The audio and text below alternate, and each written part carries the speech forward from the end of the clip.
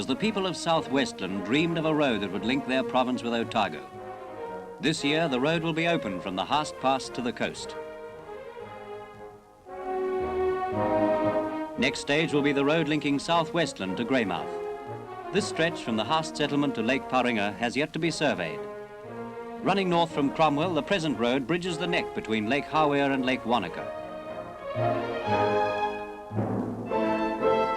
Winding by lakesides and along the mountains that rise from Wanaka's bed, it passes through some of New Zealand's most impressive scenery and runs over the Haast Pass.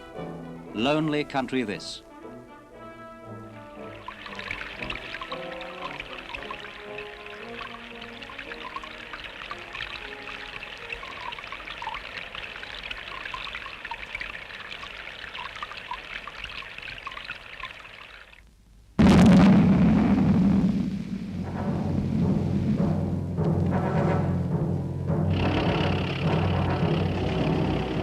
There are newcomers here, men and machines from the Ministry of Works pushing the road through.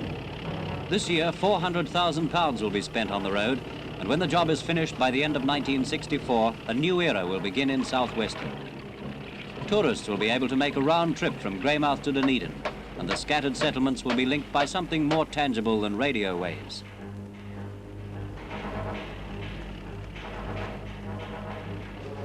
A bridge nearly half a mile long will span the river at Haast, making the final link in the chain of roading. For the farmers, this means stock can be trucked out and stores trucked in, and for the first time they'll be able to drive north to Greymouth or south to Cromwell. At Haast is the Ministry of Works camp. If something goes wrong with a tractor here, it may take real ingenuity to right it. It's a lonely place, and some would think it dull seeing the same old faces day after day, but the people who live and work here like the life. The settlement depends on the air service for most supplies: food, clothing, mail, books, medicine.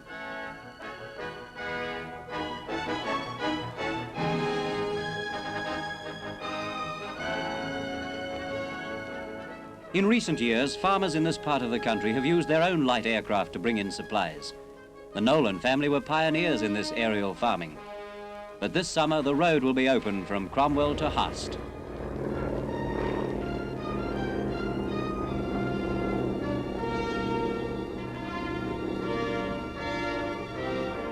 There's the Haast settlement on the right, about halfway up the screen. Directly below is the river mouth, and inland from that is where the bridge will cross. When the road is through, huge new areas of land will be accessible to farmers, but for the moment the road from Greymouth stops on a bluff near Lake Paringa, and the rainforest stands untouched. 4 years' work in pushing the road through these hills lies ahead of the people who are opening up one of New Zealand's last frontiers, the Haast Pass Road.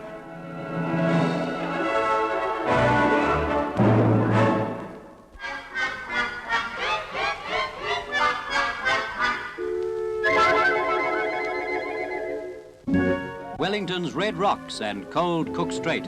Nice place for a swim if you're a seal well covered with fat and fur. Our early sealers slaughtered thousands for their fur until a protection law was passed. Only now are they coming up to strength again, becoming quite numerous at Wellington's back door. Remember Old Bill?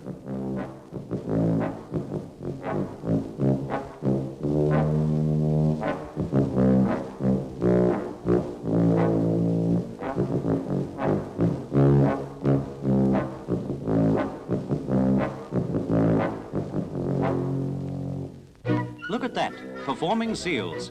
Back flippers to front ones. It's a flippin' salute.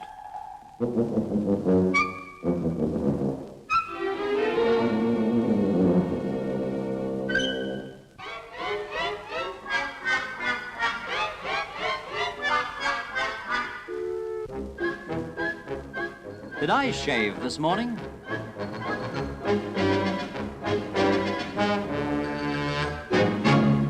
Taking a close interest is Mrs. Nartush, an amateur naturalist who lives along the coast. She's quite safe. They only eat squid and octopus.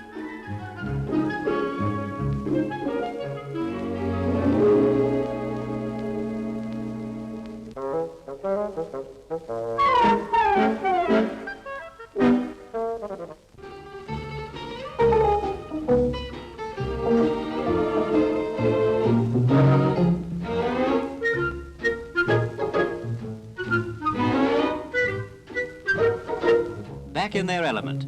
From their breeding grounds on the west coast, they're spreading out to new colonies. Perhaps we'll see more of them next year. Let's hope so, anyway.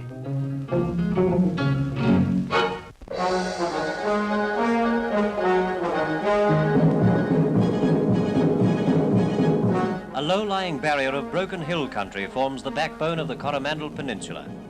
A rugged area of scrub and bush, a land of gorge and urgent waters.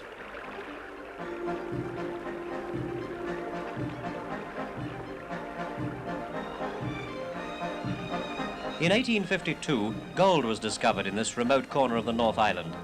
The miners came. Around their claims they built their shanty towns, like WAIHI, Karangahake, Thames and Tokatea.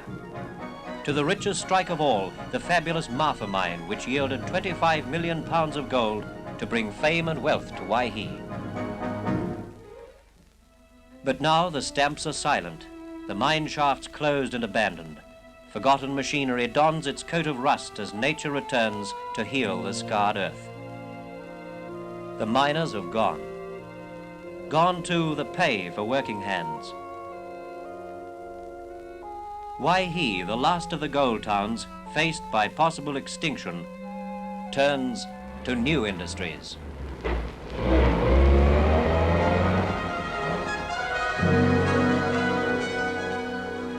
In the factories, old hands learn new skills. The nimble fingers of youth find ready employment in the many delicate tasks of the radio industry, helping to solve the town's labor problems and building a new future for Waihi.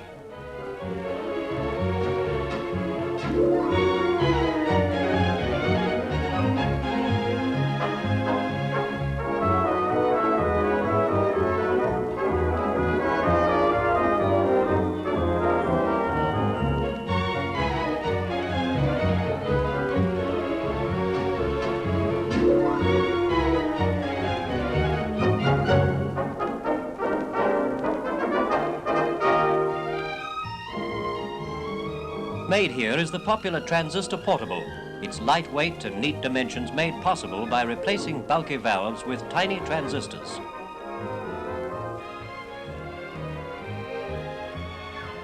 The research section keeps abreast of new techniques developed in the electronics field, developing compact transmitting and receiving sets for ships, lighthouses, wayback stations, taxis and town contractors, bridging the distances of mountain and sea, time and tar seal.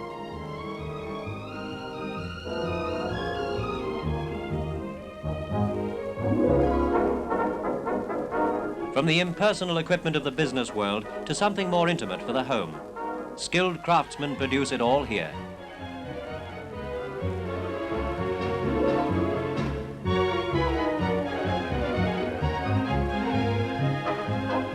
Today, with the arrival of television and reality, a newcomer joins the established production lines on the factory floor.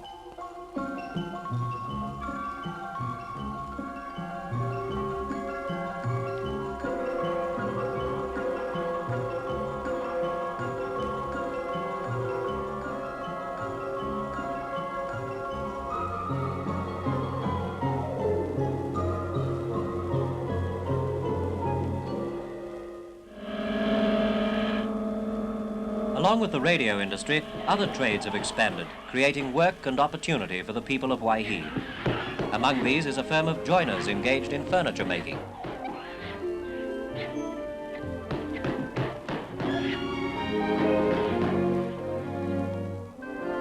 Another firm dealing in metal specializes in ironing boards, electric fences, battery chargers, bread cutters and the like, covering a wide range of activity.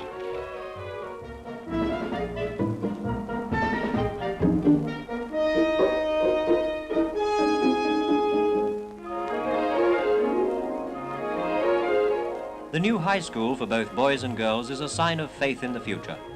With the gold boom days only a memory now, the old-timers who built this town with their labors can remain assured that their efforts will not be wasted. Waihi looks ahead and the past looks to the future with mature confidence.